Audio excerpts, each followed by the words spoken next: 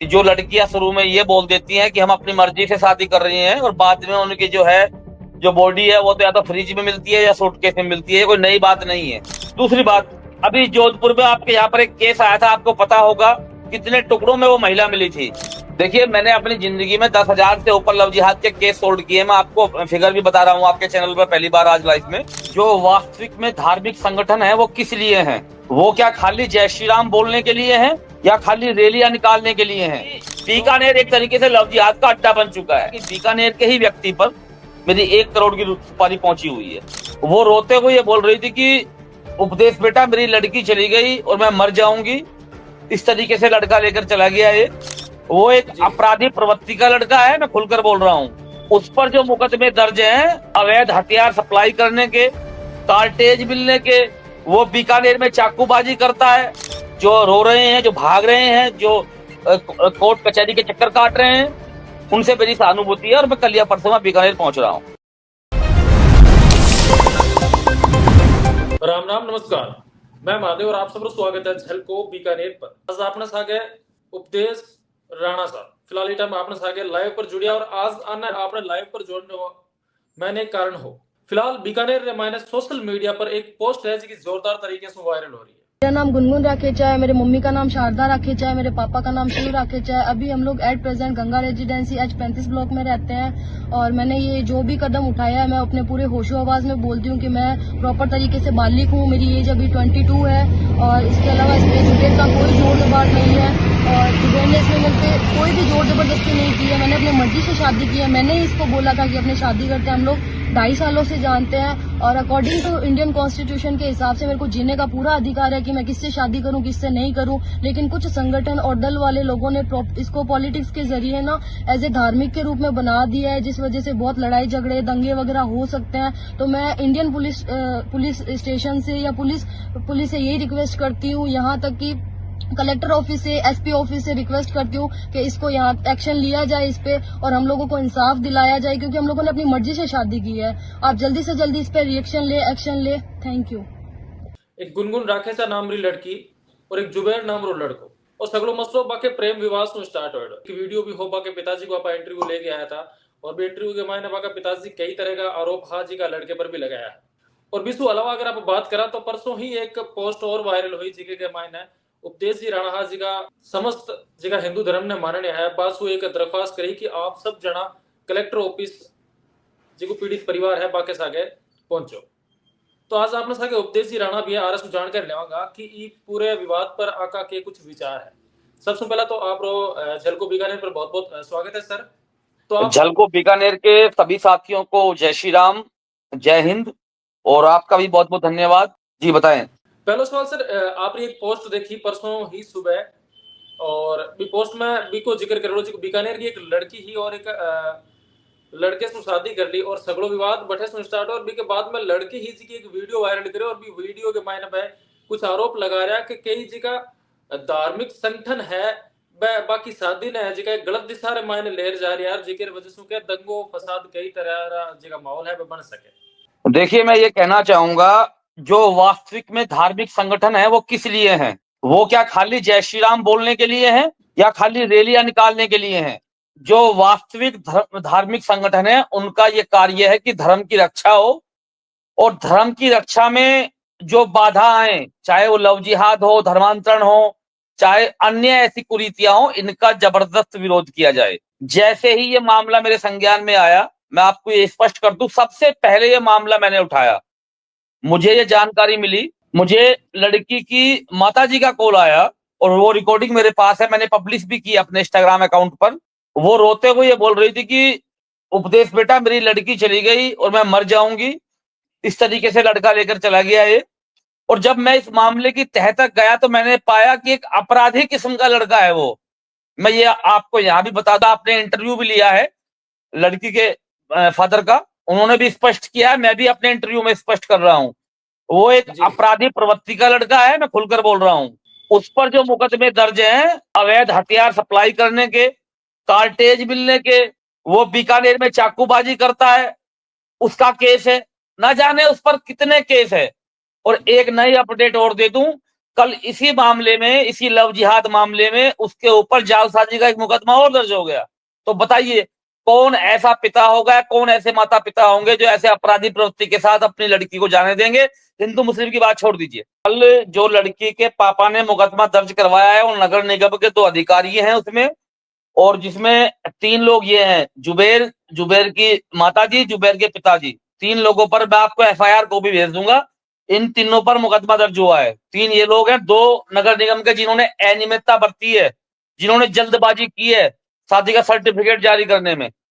तो जो जालसाजी करके, जो फ्रॉड डॉक्यूमेंट देके सर्टिफिकेट जारी करवाता है, जो शहर में चाकूबाजी की घटना करता है, जो हथियार सप्लाई करता है, वो लड़की को खुद रखेगा? मैं आपके चैनल के दर्शकों से पूछना चाहता हूं, इसमें कोई धर्म का मामला नहीं है क्या? कोई ऐसी अपराधी प्रवृत्ति का मामला जो है अगर आएगा तो कोई धार्मिक संगठन नहीं उठाएगा? सभी उठाएंगे। और मैं धन्यवाद देना चाहता हूं उन संगठन को, बीकानेर के तमाम संगठनों को, उन तमाम हिंदूवादियों को जो मुखर होकर इस मुद्दे पर अपनी आवाज उठा रहे हैं। लेकिन कहीं ना कहीं अगर बात करी जाओ बाकी परिवार की, तो शायद आप बारे परिवार से बातचीत भी करी होगी कि लड़के ने शायद तक परिवार वाला पहला सु जानता हुआ है, या फिर इतनी नजदीक है जब बड़ी भी लड़के सु, तो शायद तक बार परिवार ने पहला सु पतो को नहीं हुआ। नहीं, मैं ये नहीं कह रहा हूं कि परिवार को पहले पता हो या ना पता हो, लेकिन परिवार की संलिप्तता इस मामले में दिखाई दी है, क्योंकि मुकदमा दर्ज किया है पुलिस ने, और पुलिस अगर मुकदमा दर्ज कर रही है तो कुछ ना कुछ होगा। अगर पुलिस में ये लिखा गया है कि इसमें फिरोज के जो फादर हैं वो भी दोषी हैं, जो माताजी हैं उनका भी रोल है, वो मुकदमा पुलिस ने दर्ज किया बाकायदा। मैं आपको एफआईआर को भी प्रोवाइड कराऊंगा जी। लेकिन कहीं ना कहीं लड़की खुद है जी की आप एक वीडियो वायरल करी है, अभी वीडियो वायरल वीडियो के मायने में खुद कह रहा है कि मैं आपकी मर्जी से शादी करिया है, और बाकी जी की शादी ने एक निशानों बनाया जा रही है सिर्फ राजनीति या फिर एक धार्मिक मुद्दों छेड़ने वास्ते। देखिए, ऐसी कितनी लड़कियां हैं और ऐसी कितने केस आई है, ये मुझे यहाँ पर बताने की आवश्यकता नहीं है कि जो लड़कियां शुरू में ये बोल देती हैं कि हम अपनी मर्जी से शादी कर रही हैं, और बाद में उनकी जो है जो बॉडी है वो तो या तो फ्रिज में मिलती है या सूटकेस में मिलती है। कोई नई बात नहीं है। और मैं तो ये कहना चाहता हूं, कोई भी मामला हो, माँ बाप की सहमति शादी में लड़की की अनिवार्यता होनी चाहिए। दूसरी बात, लड़की की मर्जी का मैं आपको चीज स्पष्ट कर दूं, एक तो केस होता है कि इसमें सब कुछ हाइड है, जिसमें यह पता है कि लड़का अपराधी प्रवृत्ति का है, सब कुछ पता है, तो लड़की को बहलाया फुसलाया गया है, लड़की का माइंड वॉश किया गया है, या किस तरीके से किया गया है, ये हम यहाँ बैठकर डिसाइड नहीं कर सकते। दूसरी बात, अभी जोधपुर में आपके यहाँ पर एक केस आया था, आपको पता होगा, कितने टुकड़ों में वो महिला मिली थी, इसकी हत्या हुई अभी, जिनको जो है मलेच्छों ने, जिहादियों ने की थी। एक नहीं, श्रद्धा वालकर का केस उठा लीजिए, कितने केस ऐसे हैं जिसमें लड़कियां खुद अपनी मर्जी से जाती हैं और बाद में उनका हश्र क्या होता है महादेव जी, मैं आपको बताऊं, वो कहीं की नहीं रहती हैं, उनकी बॉडी भी पूरी नहीं मिल पाती है। तो लड़की ने ये कह दिया कि मैं अपनी मर्जी से आई और यहाँ केस को छोड़ दिया जाए, ये तो मैं उचित नहीं मानता हूँ। आप उपदेश पे ईसा जी का केस है, आज तक आप बहुत सारा केस देखे हैं, आपने सोशल मीडिया पर भी देखा है, बहुत सारा केस रमायन आप गया भी हो और वो केस भी आप तक पहुंचे हो, तो इसे कैसा रमायन आखिर में जाऊं तक क्या चीज हुआ है? देखिए, मैंने अपनी जिंदगी में 10,000 से ऊपर लव जिहाद के केस सोल्व किए, मैं आपको फिगर भी बता रहा हूँ आपके चैनल पर पहली बार आज लाइफ में। और 10,000 जो केस सोल्व किए हैं, 10,000 जो लड़कियां लाई गई हैं मेरे द्वारा पिछले 10 साल में, वो सारे अपडेट मैंने उनके नाम एड्रेस अपनी वेबसाइट पर भी दिए हुए हैं। आज मैं आपके चैनल पर एक वादा करके जा रहा हूं, देखिए, कानून तो मैं भी हाथ में नहीं लूंगा, ना मुझे लेने का अधिकार है, ना किसी को लेना चाहिए। लड़की अपनी मर्जी से गलती मानकर अपने घर आ जाए, ये तो मेरी सलाह है। ये तो मैं आपसे कह रहा हूं कि भाई आपके चैनल के माध्यम से ये हो जाए तो बहुत अच्छा है। अपील है मेरी, और बहुत ही भावुक अपील है कि लड़की की माताजी की हालत बहुत खराब है, कि लड़की अपने घर आ जाए। दूसरी बात, अगर ऐसा नहीं होता है और ऐसे ही लड़की को बरगलाया जाता है, ऐसे ही उस पर जो है उसका माइंड वॉश किया जाता है, तो कुछ समय तो जरूर लगेगा। ये मैं डंके की चोट पर कह के जा रहा हूं, कुछ समय तो जरूर लगेगा। समय हो सकता है 3 महीने, 6 महीने, साल, 2 साल, लेकिन मैं ये वादा करके जा रहा हूं कि इस तरीके से ये जो अपराधी प्रवृत्ति के कुछ लोग हैं, हमारी बहन बेटियों को उठाकर जो ले जाएंगे वो रख नहीं पाएंगे। ये मैं डंके की चोट पर कह के जा रहा हूं, और आप याद कीजिएगा, एक दिन समय बदलेगा, चाहे कैसे भी बदले। और जो मामलो है बीकानेर मामलो, इन मामले में आप क्या कहना चाहो? इन मामलों को देखिए, प्रेम का नाम देंगे तो प्रेम को भी अपमानित करने के समान है। जिस लड़के की प्रवृत्ति निरंतर अपराधी किस्म की है, जो इन कामों में जुड़ा, और सुनिए, ऐसे अपराधी कृत्य करने के बावजूद वो अपने इंस्टाग्राम पर लगाता है, आप पब्लिक को दिखाइएगा उसका इंस्टाग्राम अकाउंट। जिन मामलों में वो चाकूबाजी करता है, जिन मामलों में उस पर कार्टेज पाए जाते हैं, अवैध हथियार पुलिस बरामद करती है, वो खबरें वो इंस्टाग्राम पर अपने अकाउंट पर लगाता है। और एक चीज और स्पष्ट मैं कर दूं, कुछ उसके साथी हैं शायद जो बड़े बदमाश बन रहे हैं, बड़ी स्टोरियां लगा रहे हैं। मैं ज्यादा बोलने का आदी नहीं हूं, बस उनको मैं इतना कहना चाहूंगा कि अब की बार गलत पंगा ले लिया भाई, अपना काम वहीं करते रहते चल जाता। यहाँ अगर हमारी तरफ उंगली आएगी तो बहुत अच्छा रिजल्ट नहीं होगा, बाकी हम दिखा देंगे। दूसरी बात, बीकानेर का मैं आपको बताऊं, बीकानेर के इतने केस आ रहे हैं कि बीकानेर एक तरीके से लव जिहाद का अड्डा बन चुका है। हर तरीके से लड़कियों को जगाने की जरूरत है और ये मामले सारे बताने की जरूरत है कि किस तरीके से अपराधी, किस तरीके से फेक आईडी बनाकर, किस तरीके से जो है माइंड वॉश करके इन बहन बेटियों को ले जा रहे हैं। और ये राजस्थान, तो मैं बीकानेर की, पूरे राजस्थान की बात करूं, जो महाराणा प्रताप जी की भूमि है, उन वीरों की भूमि है जिनके जो है सर कट गए, धड़ लड़े। पूरा प्रदेश, मैं तो राजस्थान जब जाता हूं तो राजस्थान प्रदेश की माटी अपने मस्तक पर लगाता हूं हर बार, कि ऐसे प्रदेश में हम आ गए कि जिनके पुरखों ने सब कुछ अपना बलिदान कर दिया। उस माटी में तेज ही अलग है, उस माटी में गौरव भी अलग है। और अगर ऐसी घटनाएं राजस्थान में, बीकानेर में या अन्य जगह होगी तो बड़े शर्म का विषय है। और अगर आज की चीज है चल रही है, इस पर कई सारा कमेंट भी आया। कल एक जिको आप इंटरव्यू डालियो भी होबा को पिताजी को बीका मायने कुछ लोग यहाँ भी कह रहे हैं कि शायद सरकार ने इस मामला पर कुछ अलग ही कानून निकालना चाहिए। तभी पर आपकी कुछ राय है? बिल्कुल, आपने बहुत सही बात की है और ये सुनने में भी आ रहा है, मेरी भी बात हुई है। लव जिहाद को लेकर एक कानून लाया जा रहा है, एक बिल, और ये कानून का रूप ले लेगा बहुत जल्द। राजस्थान विधानसभा में उस बिल को देखेंगे, उस कानून को बनता हुआ देखेंगे। कई राज्यों में पेश भी हुआ है। देखिए, लव जिहाद नामक कोई शब्द नहीं था पहले, ये कोई पब्लिक ने या किसी धार्मिक संगठन ने नहीं गढ़ा है, इसका निर्माण धार्मिक संगठनों ने नहीं किया है। सबसे पहले मैं आपको बताऊं, आप हिस्ट्री जानते होंगे, केरल हाईकोर्ट ने टिप्पणी की थी कि कोई ये लव जिहाद नामक एक ये बीमारी है, ये कोई इंसिडेंट है। उसके बाद से तमाम केस आए। तो एक ऐसे सख्त कानून की आवश्यकता है राजस्थान में भी, और मैं साधुवाद देना चाहूंगा राजस्थान सरकार को, अगर ऐसा कोई कानून, ऐसा कोई बिल पास करा देती है जिसमें जो है हमारी बहन बेटियों की रक्षा हो सके, इनका ब्रेन वॉश ना हो सके। और मैं तो पूरे भारत में, समूचे भारत में एक पदयात्रा, इसको अभी मैंने घोषणा नहीं किया, आज आपके चैनल पर स्पष्ट कर रहा हूं, मैं बहुत जल्द समूचे भारत में एक पदयात्रा का आह्वान करने वाला हूं 2025 में, जिसमें कानून में बदलाव में ये मांग की जाएगी कि लड़की की शादी के समय माता पिता की राय जरूर ली जाए। उनका अधिकार ये हो कि उन लड़की के माता पिता के सहमति के बिना शादी ना हो पाए, चाहे कोई जाति हो, कोई धर्म हो, कुछ भी हो। आजकल ऐसा केस बहुत ज्यादा बढ़ रहा है, तो इस मामला पर आप जिका हमारी उम्र जिका युवा नौजवान है, लड़का है, लड़के हैं, पाने के कुछ संदेश पहुंचाना चाहूंगा? देखिए, मैं यही कहना चाहूंगा, देखिए इस विषय में तो माँ बाप से बढ़कर कुछ नहीं है, चाहे लड़का हो या लड़की हो।